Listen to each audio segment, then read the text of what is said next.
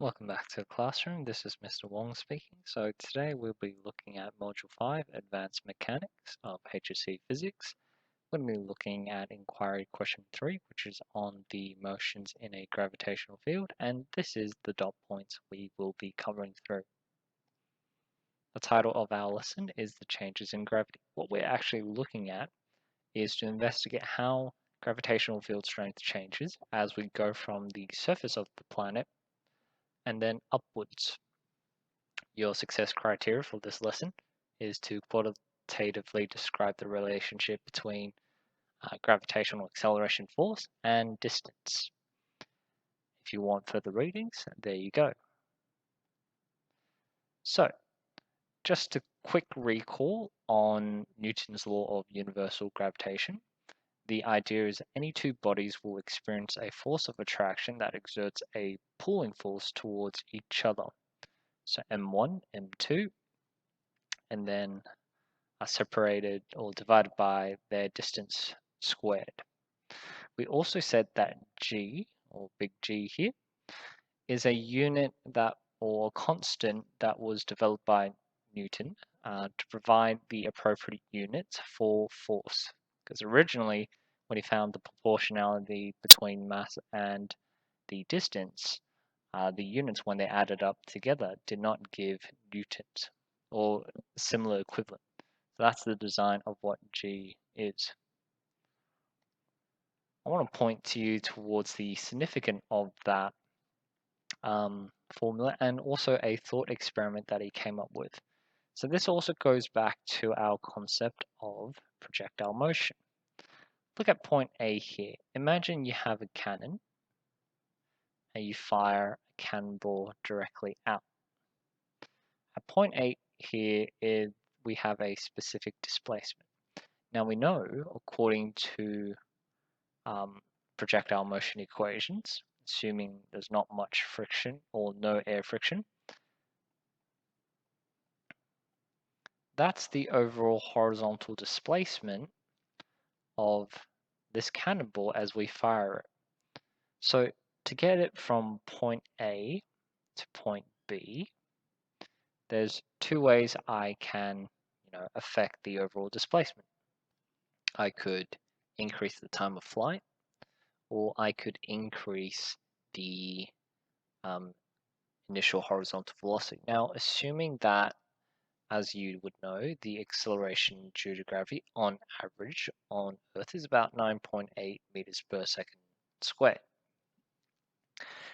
If we find this, or the position in which we find this rocket, the position doesn't change, so it has the same vertical displacement every time we fire it, then we don't necessarily change time in a sense.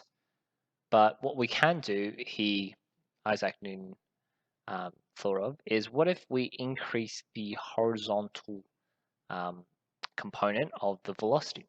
So by that means, according to the projectile motion, it'll fall a bit further. And again, it will be accelerated due to the Earth's gravitational field and it will come back down. And then you go further along to see here, and you start to see something quite significant. So what's significant about C here is, firstly, the Earth is not flat, right? It's an actual curve. So when we fire it fast enough and it takes a much longer distance until it actually falls down, it takes time for gravity to pull it down as well. So what ends up happening is this ball, or this cannonball, theoretically speaking, is falling in the curve of our planet. So it's falling in the same curvature of the planet. If you fire it much faster, you get to D, and then he predicted that if you fired it really quickly, the tangential velocity of this cannonball, as you can see here, is fast enough so that the gravitational force exerted by our planet onto our cannonball, which nets us our centripetal force, is not strong enough to drop it back down onto the Earth, but instead only enough to keep it in some kind of uniform circular motion. And so he predicted at a certain horizontal velocity, if you fire it, the cannonball is going to fall to the curvature of our planet and eventually is going to come back and hit the cannon from behind. So that was his thought experiment, and that is actually a demonstration of the law of universal gravitational force because as we look at the formula here, at all times, right, the force on our planet here and the force of our mass object here, they're still exerting the same amount of force onto each other. So this force that's exerted onto our little mass here, that's also the same amount of centripetal force that is placed onto it, in a sense, assuming it's in circular motion. Now, if our object is traveling fast enough, right, so it maintains its distance from the Earth, then if it maintains its distance, the gravitational force stays the same, and so you get a uniform circular motion. If the force or if the initial velocity was lower, obviously, if r gets smaller, then the gravitational force is stronger, and so it's pulling onto our ball a lot more and pulling it into the ground. So this is a nice little example of Newton's thought of how gravitational force works. The reason why I'm using this idea of him in satellite orbits like the cannonball experiment is because originally when they created the laws of universal gravitation, they actually had two ways of thinking about how gravity worked. That gravity worked only on Earth, that all the celestial objects, let's say the moon, um, didn't experience any gravity because it appeared to be floating in space. But what this thought experiment is telling us or teaching us is it does experience a gravitational force from the Earth, except the moon is moving fast enough so that it's just falling around the curve of our planet and not into our planet. And that's a really important distinction that we can get from that there. So this particular threshold frequency, or not frequency, velocity, will ensure that it falls along the Earth's curvature. So that's kind of how we can use projectile to then talk about, launching rocket ships, launching satellites into space. But we'll get into that a little bit later. Firstly, back to what we were talking about before. So we also could derive the acceleration due to gravity, or at least an average value for it. Okay, so we could equate the weight force, which is just mg, and the gravitational force, which is the one you have here. And we can see that m, or little m, is for the smaller object. They can cancel out, and you get a nice little expression of the acceleration you can experience from the larger object based on where you are positioned on that object. Okay, so if you assume yourself to be a human on planet Earth and you're right on the surface, and we assume that surface is around, 63 or 6,370 kilometers long, assuming it's a perfect circle, then we have an average gravitational acceleration of 9.8. But we know that the Earth is not a perfect circle. Different parts of the Earth is longer than other parts. Other parts would also have mountain ranges. Other parts might have ocean beds. So what we're going to look at now is investigate factors that affect the gravitational field strength. As you can see here, if we look at our planet across, like so, it's actually a bit longer than if we look from pole to pole. Okay, so there you go. What you would notice from our formula here as well, so this formula here, it is gravitational field strength is inversely proportional to the distance squared. So as we increase our distance, the gravitational acceleration decreases by the square of that distance increase. Okay, so in large part, the gravitational field strength doesn't really change too much at the start, but once you increase that distance, it really climbs down, so to speak. Here's a nice little graph to show you that sort of difference. So let's assume that this is the average distance from the center of our planet to the surface, which is, or the radius, which is the number we talked about before.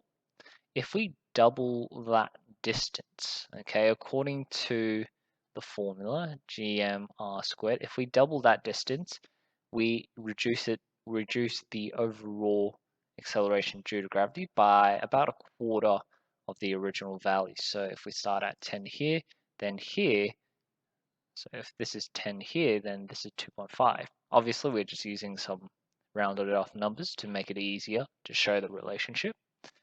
And then if we quadruple that, so this one here, so 1 over 4 square, that's 16. So it'd be 1 over 16th, or 16th times smaller than our original part of the surface. So this is a nice way to demonstrate it as a graph, but how could we actually do calculations on it? And that's what we want to look at now. Okay, so simply using the exact same formula, we can actually just add the altitude or subtract the depreciation part of the altitude from this equation. So variations with geological locations can affect the overall gravitational field strength. So we said that the average is about 9.8 meters second squared, but there is a variation range from 9.76 all the way to 9.83, at least along the surface of our planet, so to speak. Okay, the Earth is not a perfect sphere, hence why there are these fluctuations, and there are different thickness to the Earth crust, again, also a factor into why there's some fluctuations here. So let's use this formula and do some quick calculations. Let's look at the acceleration due to gravity on Mount Everest. So write your formula out. So I know that G, the value of G, I know the mass of Earth. Okay, I'm going to put that down. And I know what the radius from the center of the Earth is. That's given to me in this question here.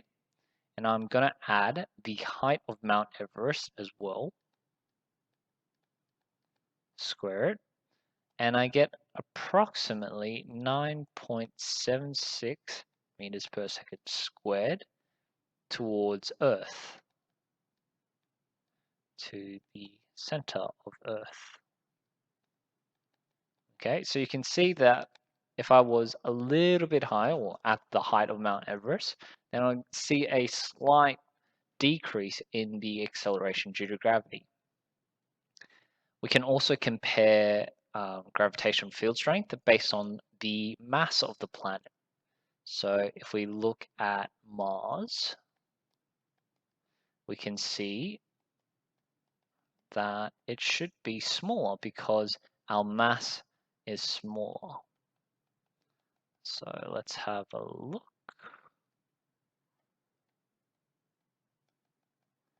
Now you might see me doing times 10 to the power 3. That's because the units given to us here is in kilometers. We need to convert that into meters.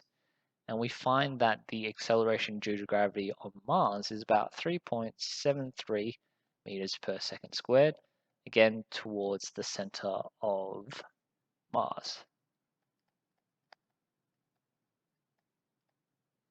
Okay, so you can see there's, based on our formula here, there's two ways we can affect the gravitational acceleration. Either we change the distance where we measure it from the center, or we're just on a different planet or a celestial object.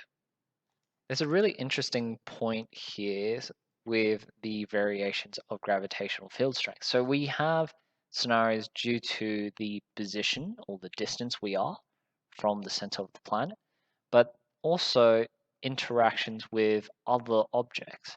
So the Earth and the Moon both have gravity on it, and gravitational field strength or acceleration is a vector. So if we say that this vector is pulling us towards here and this vector is pulling us towards here, then technically speaking, there comes a point, not sure exactly where it is on this diagram, but let's just say this part here, we call it the null point. Effectively, the gravitational field strength of the Earth cancels out with the gravitational field strength of the Moon. So technically speaking, at this point here, you shouldn't be attracted towards the Earth or towards the Moon. But obviously, this is just a simple depiction of two mass objects, whilst our solar system is made up of multiple mass objects. So if it was just in isolation, you could say there's no gravitational field strength in this particular point here. If we want to do a quick comparison between the ratios of gravitational fields, you can just compare it like we do it here. Obviously, I won't go through it too much because it's just simply finding the value and then comparing it as a ratio. So let's actually try a question. That'll be a much better example of how to do it. So we have the mass of Ganymede, which is this value here, and has a diameter of that. We want to calculate the acceleration due to gravity on Ganymede. So firstly, that needs to be halved because that's the diameter, not the radius. The radius is 2,635 10 to the power 3 meters. Okay, so 6, 7, 11, 1.5 times 10 to the power 23 over 2,635 10 to the power 3 square gives us a acceleration of 1.44 meters per second square. How does this compare with the acceleration on Earth? So if we want to compare how much more acceleration we experience on Earth than, say, Ganymede, 9.8 over 1.44, and it's about 6.81. So the Earth's gravitational field strength is about 6.81 times larger than Ganymede, the moon of, or how to put it, one of the moons of Jupiter. If you had a 10 kg mass on Ganymede, what would its weight force be? So that would be about 14.4 newtons. Okay, and that concludes our lesson for today. We've basically covered again through Newton's law of gravitation. We've looked at Newton's thought experiment about how, universal gravitation works. We've gone through again how to calculate the gravitational field strength at different regions of the planet. And we also looked at how this little g here can be changed depending on the mass of the object the smaller object is on or orbiting around, and also the distance it is from the center of the mass. If you found this video useful, give it a like, subscribe if you haven't done so already, and I'll see you next time.